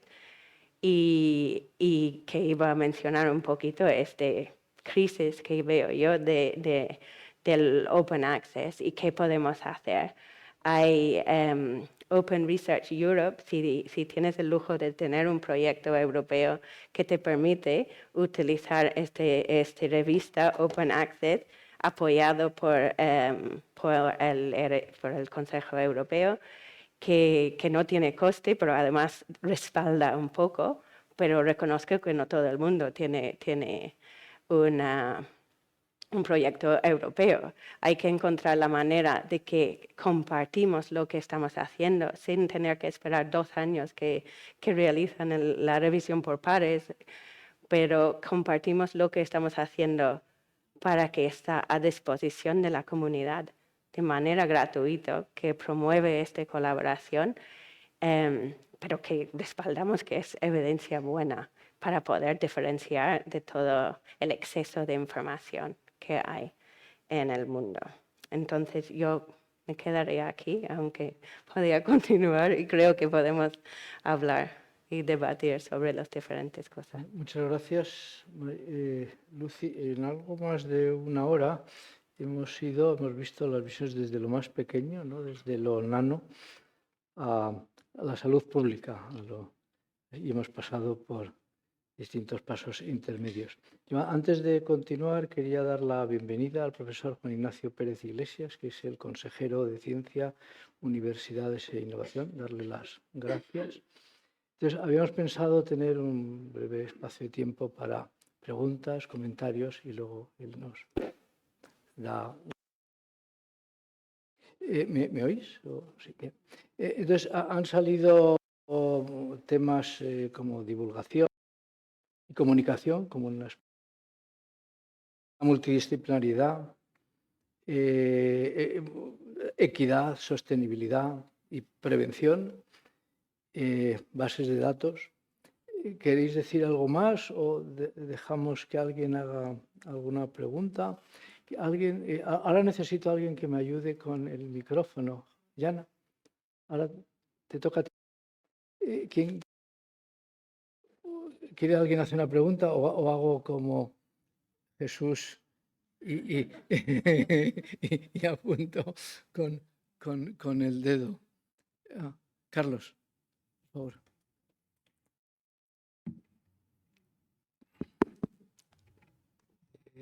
Vamos, a mí me ha encantado los comentarios. Solo un par de cosas. En lo que dijiste de la equidad, es un tema que realmente hoy a la mañana nos olvidamos de mencionar y es muy importante. El mes pasado salió, por ejemplo, el dato de la incidencia de diabetes en el mundo, que se ha disparado y es 800 millones. Pero si lees el paper, ves de que más de la mitad de esos 800 millones no tienen ningún tratamiento. Y eso condena a más de la mitad a una muerte prematura, que es la realidad. Y bueno, el tema de la difusión científica también es muy interesante, pero bueno, es un derecho ciudadano. El Consejo Europeo lo aprobó y es un derecho ciudadano y tenemos que asumir el coste. ¿Qué podemos hacer? Podemos hacer, la agencia estatal española siguió una directriz que se había generado primero en Suiza, que es decir que no se financia ninguna publicación en los special issues, que es un poco de cerrar una puerta, pero muy pequeñita. Pero la discusión yo creo que nos va a llevar mucho tiempo porque estamos en una época en la cual no estamos hablando ya de mala información científica, sino nula información científica se traslada a las redes diciendo esto es así y el COVID no existe, etcétera. Entonces, ¿hasta qué punto podemos poner barreras a la producción de los laboratorios? No sé, yo creo que yo no tengo las ideas nada claras al respecto. Es una reflexión que realmente merece la pena. Y después ya, y esto es una autocrítica a los que intervenimos en la mañana, de los cuales estamos hablando de ciencia y nos olvidamos de lo más importante, que es que estamos hablando de muchos componentes, pero lo más importante para mí de la ciencia es la pasión por hacer ciencia. Y eso nos olvidamos de mencionar la palabra pasión en toda la mañana, y yo quería que alguno de vosotros transmitir que tenéis todos esa pasión por la ciencia, de cara a los aspectos de formación, pues un poco hicierais algún comentario al respecto de por qué estáis ahí y por qué estáis haciendo ciencia. Bien, tenemos divulgación, comunicación, prevención y la pasión que os une por la ciencia. Arcaiz. Yo creo, Carlos, con lo que decías, el Open Access efectivamente es un paso adelante sobre el papel. Sin embargo, seguimos poniendo, cuando financiamos o solicitamos financiación para un proyecto, ponemos una cantidad de fondos para publicación que no refleja la realidad. Hablamos de 6.000, 8.000 euros. Si pusiéramos un 10% de la financiación dedicada a cubrir los gastos de publicación, que es la realidad, probablemente un proyecto que sea medianamente exitoso puede gastar en publicación 30.000 euros.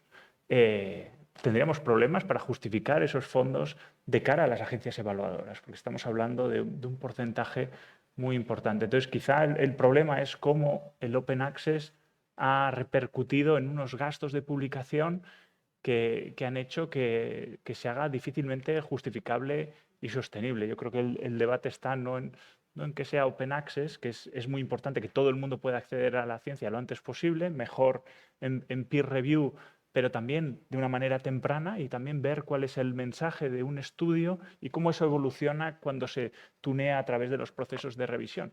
Pero tiene que ser sostenible, y cuando hablamos de esos gastos, realmente a nosotros nos cuesta pensar en lo que tenemos que pagar por una publicación y lo que repercute. Añadido a eso, la ciencia se está haciendo en volumen, y muchas veces no diferenciamos o no podemos diferenciar lo que hace un estudio mejor a través de experimentos que solo validan lo validado, pero que implican miles o decenas de miles de euros en procesos de revisión que no añaden valor. Esto, un premio Nobel que recibe el Nobel en hipoxia hace unos años ahondaba mucho en que es muy importante diferenciar en lo que es sentar las bases de una observación y validar lo validado y añadir un poco de paja a los estudios, pero que en coste incrementan tremendamente. Y yo creo que en cuanto a la pasión, yo creo que tú lo has dicho, esto tiene que estar ahí, y nuestro trabajo es protegerlo. Tenemos que proteger la carrera investigadora,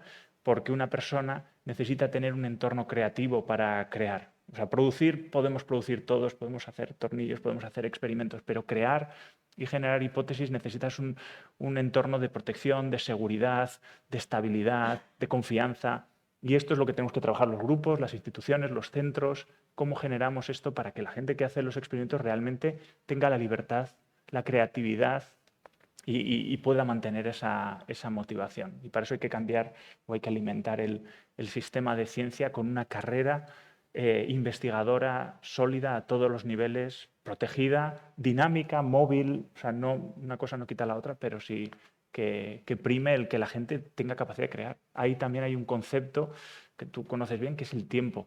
La investigación biomédica ya no está sincronizada con los tiempos de la financiación de la investigación. Un proyecto en biomedicina lleva una media de 5 a 8 años. La financiación está totalmente desconectada con eso, la financiación de los experimentos y de las personas. Necesitamos repensar, no poner más dinero, sino administrar el dinero para que los proyectos puedan ser más ambiciosos. La RC, precisamente, aparte del dinero, te da tiempo para desarrollar ideas ambiciosas. Estas son cosas que en el sistema de ciencia yo creo que tenemos que cambiar. Yo quería un poco enfatizar lo que dice Arkaitz y ligar, yo creo que las dos cosas, la parte de las publicaciones con la parte de la pasión, y yo a veces me pregunto si no deberíamos un poco replantearnos cómo estamos haciendo la ciencia, ¿no? Y cómo la estamos comunicando, y porque yo creo que todos estamos aquí porque nos apasiona la ciencia y porque queremos generar conocimiento. Y eso, como decís, ¿no? Hay que proteger que siga siendo así, que sigamos y que la gente que inicia una carrera científica sienta que esto va a ser una carrera de disfrutar y de conocer. Y luego, cuando generamos ese conocimiento, un poco el objetivo de las publicaciones científicas, ¿no? Que eran esas revistas de sociedades, era simplemente compartir el conocimiento entre nosotros, entre los científicos y entre quienes hemos generado ese conocimiento. Y yo creo que esto pues ha cambiado, ¿no? Se ha convertido en una especie de negocio global y que de alguna forma ver si está en la mano de los propios científicos volver un poco a esos orígenes, ¿no? ¿Cuál es el sentido de las publicaciones más allá de compartir con tus colegas científicos esos descubrimientos? Y si podemos un poco retomar el liderazgo de esa forma, de hacerlo de la forma que nosotros queremos hacerlo, ¿no? Pero... Comparto totalmente los comentarios y quería recalcar que cuando mencioné Open Science o ciencia abierta, yo creo que tenemos que replantear totalmente este impacto social de la investigación y no centrarnos en que tiene que estar publicado en un Open Access. Y no sé, no tengo la solución perfecta, pero está claro que no quiero que que el poco dinero que hay para investigar va pagando Open Access de grandes revistas que son entre las empresas más grandes del mundo. Entonces, lo que comenté de Open Research Europe, creo que se llama, pero si hay la manera que desde España o en las instituciones se puede tener un respaldo que tiene un validez científico, tiene un rigor metodológico, pero que lo puedo compartir ya y que no me va a impedir la próxima vez que pido un proyecto que me dicen, pero que no tiene factor de impacto esto. Que si hay la manera de que yo comparto y que de manera colaborativa nos apoyamos, yo creo que si realmente queremos imaginar el futuro y cambiar la paradigma, ahí es necesaria una reflexión que va un poco mucho más profundo de ahí. Y la pasión, sí, de acuerdo, no voy a decir nada. He intentado transmitir mi pasión para mi trabajo y el ámbito en el que trabajo. Habéis comentado sobre la cierta desconfianza de la sociedad en la ciencia. Alguno de vosotros tiene bastante activo en divulgación, ¿no? Javier, ¿podéis hacer algún comentario sobre la importancia y vuestra experiencia en divulgación? Bueno, yo creo que vivimos unos tiempos en ese sentido interesantes, ¿no? Pareciera que en los últimos años o siglos la sociedad había evolucionado hacia un modelo de civilización muy basado en la evidencia científica y parece que estamos sufriendo una cierta involución, ¿no? Se cuestionan pues, el tema de las vacunas, el cambio climático y al hilo de lo que decía Arkaitz también, hoy en día parece difícil muchas veces determinar qué es cierto y qué no lo es, ¿no? El tema de la verdad. Y al fin y al cabo, la ciencia de lo que se trata es de encontrar verdades, ¿no? De encontrar respuestas a preguntas. Y yo creo que esa especie de banalización de la verdad, incluso el poder pensar quizás no es posible conocer la verdad. Yo creo que puede lastrar el interés de las nuevas generaciones por la ciencia, ¿no? Si piensan que es físicamente imposible el conocer la verdad y el diferenciarla de la falsedad, quizá pueda lastrar ese interés. Entonces yo creo que tenemos que hacer de nuevo un esfuerzo activo por comunicar y por informar a la sociedad de qué es lo que hacemos y de cómo funciona el método científico. Nazario, ¿tenías una pregunta o un comentario? Pues si yo en 10 minutos nos iremos, Pues, para no irnos con la zozobra que nos ha supuesto algunos comentarios, y ya me voy mucho más tranquilo, quería decir algo. En primer lugar, que dais muchísima envidia, que yo hubiese querido estar aquí y no en la otra mesa. Os queda toda la vida por delante para hacer buena ciencia, pero antes de irme quería poner algo encima de la mesa. Yo soy un buen polemista y me gusta ponerme siempre en el lado contrario por defecto. Aquí no se ha hablado en todo el día de la palabra ética, aunque subyace por encima. Carlos ha comentado que ya los números especiales, eso fue una decisión que se tomó en el Comité Científico Técnico. ¿Para qué? Para evitar el peligro al que están sometidos especialmente los jóvenes investigadores, que se deslumbran con que una revista depredadora pues le invita a escribir un número cuya aceptación de paper suele estar en torno por encima del 85%. Y entonces eso es lo que hablamos de más literatura useless, o sea, basura. Entonces, desde ese punto de vista, tengo que decir que la RC ya está moviendo hilos para intentar hacer los archives que llaman, pero completamente libre, open access. Entonces sería la RC quien publica directamente los resultados sin necesidad de que la gente tenga que pagar. Con lo cual ya es romper un poco la banca, o sea, hacer que salte el sistema por los aires. Y luego, pues que las revistas depredadoras que están surgiendo y están llenando el mercado científico de basura. Pero luego la ética científica va mucho más allá de eso y conviene hablar de vez en cuando de la ética científica. Yo creo que todos los años en todas las instituciones, incluyendo esta, el CIC Biogune, sería imprescindible de que haya un debate sobre ética científica. En Indea Nanociencia lo tenemos y es verdad que la ética es como las familias. La educación no se adquiere en el colegio te educan, te informan, pero donde te educan es en la familia. Pues la ética científica te educan en la ética científica en tu propio grupo de investigación. Y por eso hay que controlar en ese sentido el aspecto ético de la ciencia, que va mucho más allá de las publicaciones. Entonces, bueno, yo quería poner esto encima de la mesa antes de irme para que no se olvide que la ética nos afecta a todos, porque parece que si uno es científico está revestido de una especie de santidad. Y no es verdad. Es decir, entre los científicos hay de todo. Desde aquel científico cuyo nombre no quiero acordarme, que gastó prácticamente todo el proyecto en construirse un chalet en el Mediterráneo, hasta lo que os podáis imaginar. Entonces, el ser científico no es que nos sitúe elevado por encima del resto de la sociedad, ni mucho menos.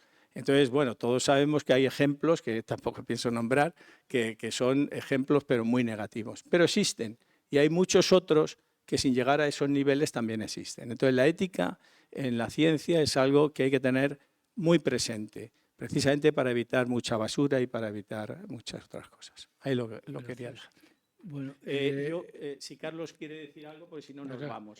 No, bueno, dentro de 5 años quizás nos rejuvenecen y cambiamos los turnos. Ellos se han hecho mayores, nosotros más jóvenes, pero de momento no puede ser.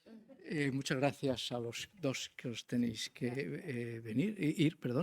Y yo creo que, si os parece, sin más, pasamos a la clausura del acto por el consejero de Ciencia, Universidades e Innovación, el profesor Ignacio Pérez Iglesias. Ignacio, yo creo que nos...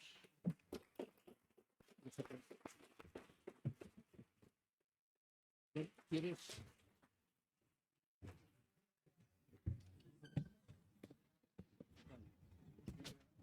Arratsaldeon guztioi eta esan behar dut, azken momentura arte ez dudala jakin hemen egongo nintzen ala ez, azkenean bai, eta oso pozik gainera. Muy buenas tardes.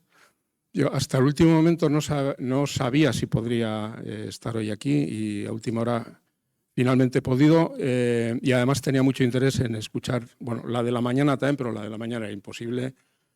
Hoy es martes y por lo tanto hay Consejo de Gobierno en Presidencia y tenía que estar allí, lógicamente. Y por la tarde me habían puesto otro compromiso casi presidencial y le habíamos dicho a José María que no íbamos a poder, que no iba a poder venir. Finalmente me lo han quitado ese compromiso y he podido venir, he podido escuchar la mesa redonda y la verdad es que yo venía a contar una historia y después de escuchar la mesa redonda he decidido cambiar la historia y hablar de lo que se ha hablado aquí, porque en cierto modo, bueno, yo tengo un pasado, lógicamente, he tenido otras reencarnaciones antes de esta y he sido científico y además me he dedicado también a escribir acerca de las cuestiones de las que se han hablado aquí y por lo tanto tengo algo que decir al respecto y en cierto modo también me siento interpelado, ¿no?, por algunas de las cuestiones. Estoy hablando así porque no me gustan los atriles, me quedan mal, los atriles me quedan mal. Lo que pasa es que ahora lo necesito para poner en relación con las notas que he tomado, ¿no? Quizás voy a ir un poco de manera desordenada, comentando algunas cuestiones que se han dicho, ¿no? Aquí se habla de financiación, que obviamente es muy importante. Yo creo que en esto de la financiación en Euskadi estamos relativamente bien. No voy a decir que estamos maravillosamente bien, todo es mejorable, pero hemos llegado a unos niveles de inversión en I+D importantes. No voy a establecer comparaciones, no merece la pena. Lo importante también es que tenemos un compromiso en el Gobierno de incrementar un 6% anualmente durante esta legislatura esa inversión. Estoy hablando de inversión que corresponde al Gobierno. Normalmente esto viene acompañado también por otras inversiones de otras instituciones, de manera que yo tengo la confianza de que vamos a poder aumentar significativamente en el ámbito al menos de esta legislatura el esfuerzo que vamos a hacer. También tengo que decir que esto ocurrirá siempre y cuando no ocurra ninguna catástrofe, ningún cataclismo geopolítico, que es algo que tampoco se puede descartar. El ciclo económico puede truncarse y puede sencillamente haber en fin, lo que nadie desea. Y en este caso, lógicamente, la gente primero quiere que le curen, que le salven la vida y que le den de comer. O sea, entonces, estas son las prioridades que aprietan a los gobiernos, ¿no? Pero bueno, en todo caso, la voluntad está ahí, el pasado yo creo que refrenda esta actitud y bueno, yo soy optimista, ¿no?, a pesar de todo, de todo lo que ocurre en el mundo, ¿no? Burocracia es otro gran tema, la burocracia, pero aquí yo creo que se deberían sentir interpelados todos los miembros de la comunidad científica, porque estoy seguro de que si se quitan determinados procedimientos, los primeros que se van a quejar son miembros de la comunidad científica. No nos engañemos, ¿eh? Yo he sido rector. Los rectores vivíamos angustiados ante la falta de regulación. Vivíamos angustiados. A mí me parecía que era una condición dichosa, que hubiera cosas que no estuvieran reguladas, pero resultaba que luego veía que mis compañeros rectores estaban locos, literalmente, porque el gobierno regulara esto, aquello y lo demás allá. La regulación nos da mucha tranquilidad, porque nos define muy bien el terreno de juego, pero también introduce rigideces. Hagámonoslo mirar, y no lo digo como se suele utilizar esta expresión de manera frívola. Autoexaminémonos. ¿Realmente estamos dispuestos a renunciar a muchos de los procedimientos burocráticos? ¿Estamos dispuestos a dejar de ser garantistas en determinadas cuestiones? Porque esto que se dice de te doy 20 millones de euros para los próximos 5 años y te pido cuentas al final, se dice fácil, pero los que no reciben el dinero van a decir que no hay ninguna garantía de que se va a gastar bien. Y muy probablemente incluso pueden acabar yendo a los tribunales. Estas cosas ocurren, debemos ser conscientes de que ocurren y que muchas veces somos nosotros mismos iba a decir los administrados, en este caso me estoy poniendo en el lugar en fin, de mi anterior reencarnación, ¿no?, o una de mis anteriores reencarnaciones, los que nos preocupa esta ausencia de regulación, ¿no? O esta ausencia de normas, porque la burocracia al final es un conjunto de normas excesivas, de cortapisas excesivas. O sea, esta es una cuestión, la comento porque ha salido. Igual no me tocaba a mí hablar de estas cosas aquí, porque yo he sido invitado para hablar de otras, ¿no? Pero no lo puedo evitar, ¿no? La cuestión de las publicaciones y del sistema de publicaciones es fascinante. El beneficio de las grandes editoriales, ¿sabéis cuál es? Del orden del 30% de la inversión. Es la empresa, el sector empresarial más rentable legal. El sector empresarial legal más rentable que el negocio de las publicaciones científicas solo es el narcotráfico, trata de blancas, comercio ilícito de armas, este tipo de cosas. Estoy hablando en serio, ¿eh? No hay otro negocio. ¿Por qué ocurre esto? Porque queremos. Porque queremos investigadores, investigadoras y administraciones. A la administración le resulta facilísimo esto, le pone las cosas muy fáciles, porque la publicación científica pierde, o sea, realmente se pervierte, se corrompe. Corromperse, corrupción es utilizar algo para lo que no era. Lo ha dicho Aitziber y en cierto modo alguien más lo ha dicho de quienes habéis intervenido. O sea, la comunicación científica, la publicación científica es para comunicar resultados, para compartir conocimiento con el resto de la comunidad. ¿Pero para qué lo utilizamos? Para reclutar, para financiar proyectos, para promociones profesionales. Lo utilizamos para algo que no era el objetivo con el que surgió. Entonces, estamos haciendo un uso corrupto de las publicaciones. A la administración, insisto, nos viene muy bien porque tiramos de baremo. O sea, es muy sencillo. A las universidades les viene muy bien, a la administración le viene muy bien. Pero a los investigadores también les viene muy bien porque son normas muy claras para su vida cotidiana. Son normas muy claras que saben perfectamente a lo que atenerse para cumplir los pasos que hay que dar en el cursus honorum. Es la percepción que tengo. ¿Estaríamos dispuestos a que todas las financiaciones, todas las promociones y todo esto se dirimiera en virtud de un debate abierto entre equipos de investigación, entre líderes de investigación y colegas, y que decidieran esos colegas ese tipo de cosas, sin que mediasen documentos refrendados por una editorial? ¿Estamos dispuestos a eso? Esa es la solución, ¿eh?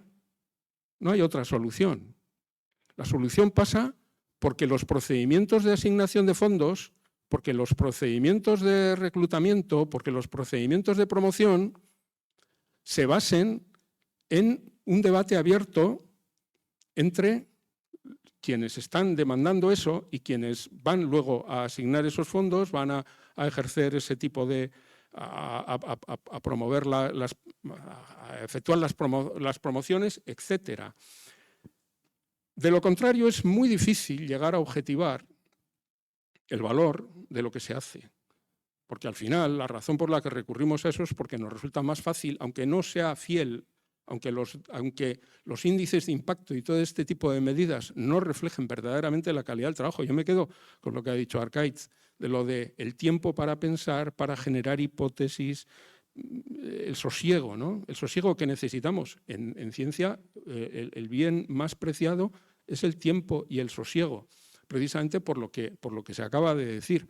Pero eso realmente está alimentando, o sea, la ausencia de tiempo y de sosiego está alimentando esa rueda a la que me estoy refiriendo yo. Yo creo que nos tenemos que autoexaminar como colectivo, y estoy hablando otra vez como científico, ya no en ejercicio, para poder encontrar una solución real a esos problemas.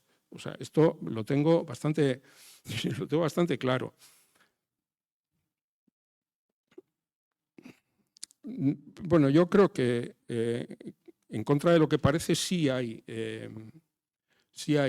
confianza en la ciencia. El 80% de los españoles o el 85% de los españoles confían en la ciencia, tienen alta confianza en la ciencia. Lo que ocurre es que quienes no la tienen son muy visibles y tienen un eco en los medios de comunicación desproporcionado, porque nunca fue noticia que perro muerda a niño. La noticia es que niño muerda a perro. Entonces, si sale un personaje, un cantante, actor o cantante de familia conocida diciendo no sé qué de vacunas, pues lo van a sacar todos, sí o sí, en las noticias y en todas partes. Pero a quien sencillamente entiende que la mejor manera de protegerse de una enfermedad infecciosa es vacunándose cuando existe la vacuna, no va a salir en ningún informativo, aunque sea famoso. Aunque sea famoso. Esto yo creo que es así, ¿no? O sea, en ese sentido creo que tampoco hay que ponerse demasiado... En fin, no creo que... Bien, un poco por entrar en el debate. Hablando de retos del futuro, yo creo que una intervención de Arkaitz lo ha sobrevolado, pero yo quiero citar, esto quiero profundizar un poquito, relacionado con la inteligencia artificial. La inteligencia artificial al desarrollo de la ciencia le plantea al menos dos grandes retos. Dos grandes retos. Uno, puede acabar con el concepto de ciencia que ha existido desde el siglo XVII. Puede acabar literalmente con él, porque cuando tienes un procedimiento que te ofrece un resultado de manera automática, basándose automáticamente en los datos, él ha sobrevolado, porque lo que ha dicho, pero iba muy bien encaminado, porque tú lo que has dicho, Arkaitz, es cuando es muy fácil conseguir información podemos perder el interés por las hipótesis y nos conformamos con utilizar el resultado del modelo para validar los datos que tenemos y para generar el resultado que nos interesaba. Pero nos hemos olvidado de la hipótesis.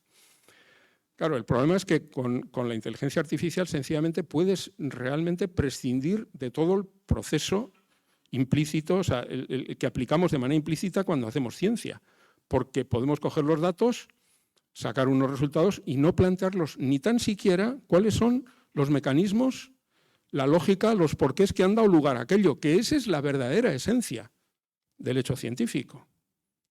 Esto es un peligro real y en concreto en medicina está clarísimo, porque lo que te interesa es tener el resultado que luego puedas aplicar. Vas a prescindir, con una facilidad tremenda, vas a prescindir de los pasos intermedios. Te olvidas de eso.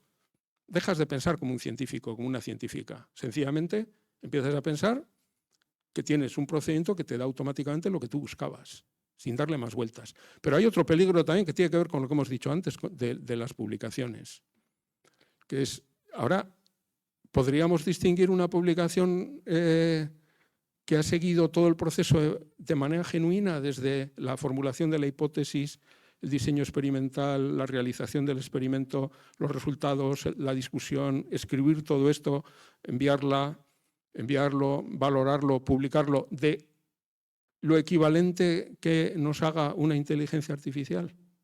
No. Por lo tanto, me puedo inventar un currículum fabuloso. Porque si utilizamos las publicaciones para la promoción, para obtener fondos, etcétera, etcétera, etcétera, la tentación, y aquí entra el tema de la ética, que también ha salido a última hora, la tentación es fortísima.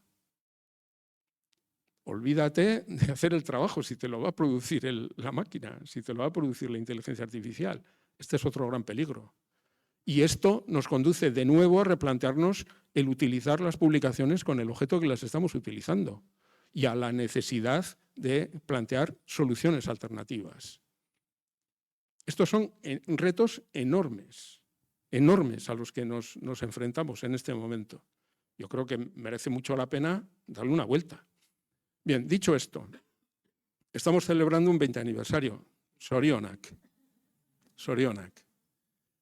Voy a hacer un breve repaso de lo que iba a decir. Esto que he dicho ahora me ha surgido aquí, estaba deseando venir aquí y empezar a debatir, ¿no?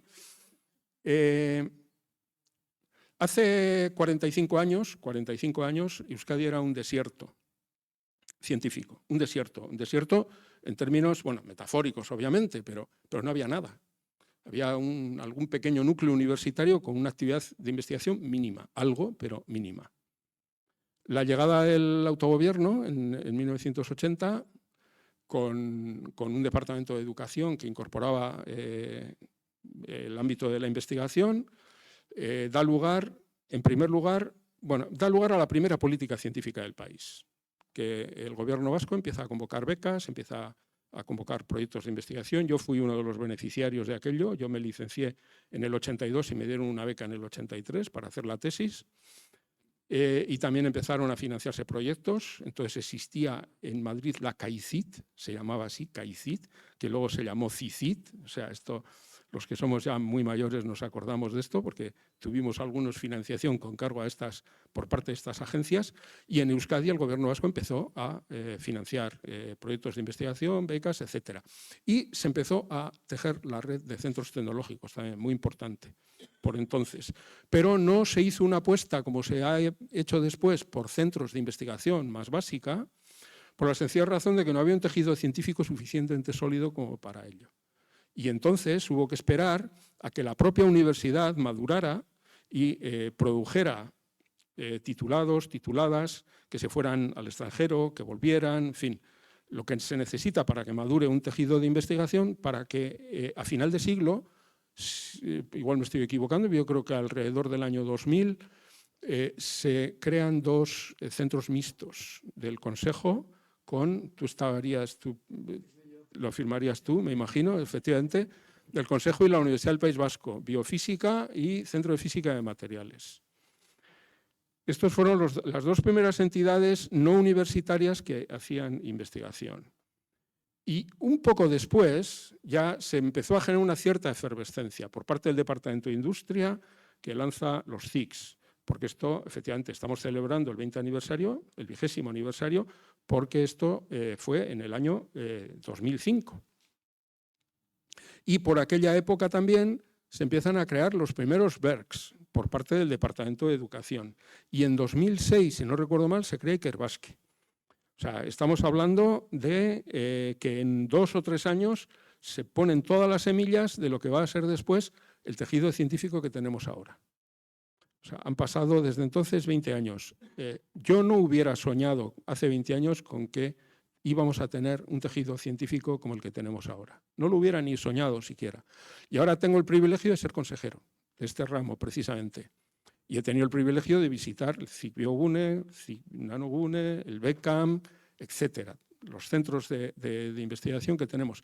Y verdaderamente es para estar satisfechos, muy contentos, no complacientes ni autocomplacientes, pero sí pensar que haciendo el esfuerzo necesario y haciendo políticas bien dirigidas y con continuidad en el tiempo, esto es fundamental, porque ha habido continuidad, no ha habido grandes rupturas en el desarrollo de la política científica.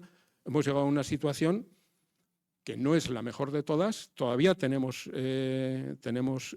algunas carencias, pero que verdaderamente nos ha colocado en una posición muy interesante para afrontar el futuro con ilusión y con muchas ganas. Este era un poco el speech que tenía pensado y lo acabo de decir. Así que zorionak, José María, eta eskerrik asko guztioi entzuteagatik.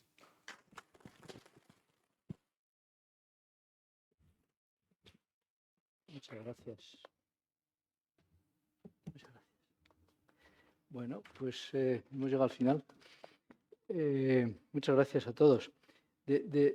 Quizás estéis de acuerdo conmigo que de todas las clausuras de actos que yo he presenciado, esta es la primera en que un político, además de decirme felicidades, José María, pues cuenta algo interesante. Y le doy las gracias, claro, porque realmente ha entendido el debate. Y también Biogune es un centro para esto, para debatir. ¿No? Y así que yo no puedo estar más contento, porque desde el principio al final hemos cumplido con la misión de hace 20 años, etcétera, etcétera. Ahora os la puedo contar otra vez, pero va bueno. Así que sin más, de verdad, muchísimas gracias. Esperemos que nos rejuvenezcáis brevemente y seguir viéndonos. Gracias a todos.